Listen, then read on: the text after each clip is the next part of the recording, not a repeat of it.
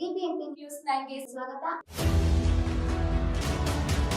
ಮೊದಲಿಗೆ ಮುಖ್ಯಾಂಶಗಳು. ನನ್ನ ಆತ್ಮೀಯ ಸ್ನೇಹಿತರಾದಂಥ ಸಚಿವರಾದಂಥ ಸುಧಾಕರ್ ಅವರು ನಿಧನ ಹೊಂದಿರೋ ತಮಗೆಲ್ಲ ಗೊತ್ತಿರೋದು ವಿಚಾರ.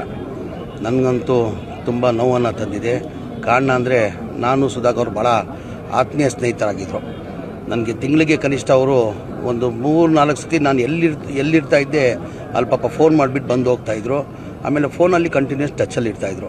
ನಾವು ಯಾರೂ ಇಷ್ಟು ಬೇಗ ನಮ್ಮನ್ನ ಬಿಟ್ಟೋಗ್ತಾರಂತ ನಾವು ಯಾರೂ ನಿರೀಕ್ಷೆ ಇಟ್ಟಿರಲಿಲ್ಲ.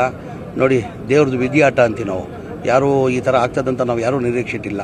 ಅವ್ರು ಹೋಗಿದ್ದು ಮಂಡಿ ಆಪ್ರೇಷನ್ ಮಾಡ್ಕೊಳಕ್ಕಂತ ಹಾಸ್ಪಿಟಲ್ನ ಅಡ್ಮಿಟ್ ಆಗಿದ್ರು. ಅದು ಆಪ್ರೇಷನ್ ಆದಮೇಲೂ ವಾಸಿ ಹಾಕ್ಕೊಂಡು ಎಲ್ಲರ ಜೊತೆ ತಮಾಷೆಯಾಗಿ ಮಾತಾಡ್ಕೊಂಡು ಆರಾಮಾಗಿ ನಗ್ನಗ್ತಾ ಇರ್ತಾಯಿದ್ರು. ಆಮೇಲೆ ಲಂಗ್ಸ್ಗೆ ಇನ್ಫೆಕ್ಷನ್ ಆಗಿಬಿಟ್ಟು ಪಾಪ ಇವತ್ತು ಒಂದು ತಿಂಗಳು ಒಂದು 5-6 ದಿನ ಹಾಸ್ಪಿಟ್ಲಲ್ಲಿ ಇದ್ದು ಇವತ್ತು ನಿಧನ ಹೊಂದಿದ್ದಾರೆ. ನಾವು ಯಾರೂ ನಿರೀಕ್ಷೆ ಮಾಡಿರಲಿಲ್ಲ ಈ ಥರ ಅವ್ರು ನಮ್ಮನ್ನ ಇಷ್ಟು ಬೇಗ ಅವ್ರು ಬಿಟ್ಟು ಹೋಗ್ತಾರಂತ ನಾವು ಯಾರೂ ನಿರೀಕ್ಷೆ ಮಾಡಿರಲಿಲ್ಲ. ಎಲ್ಲ ಒಬ್ರಿಗಿಂತ ಅವರು ಹೋಗಲೇಬೇಕು. ಇವತ್ತು ಅವ್ರು ಹೋಗಿದ್ದಾರೆ, ನಾಳೆ ಅವ್ರು ಹೋಗಬೇಕು. ಆ ದೇವ್ರ ವಿಧಿಯಾಟ ಯಾರೂ ತಪ್ಸೋಕ್ಕೆ ಸಾಧ್ಯ ಆಗಲ್ಲ. ಸಾವು ಹಣೆ ಬರಲು ಬರೆದಿದ್ರೆ ಯಾರೂ ಅದು ತಪ್ಸೋಕ್ಕೆ ಸಾಧ್ಯ ಆಗಲ್ಲ.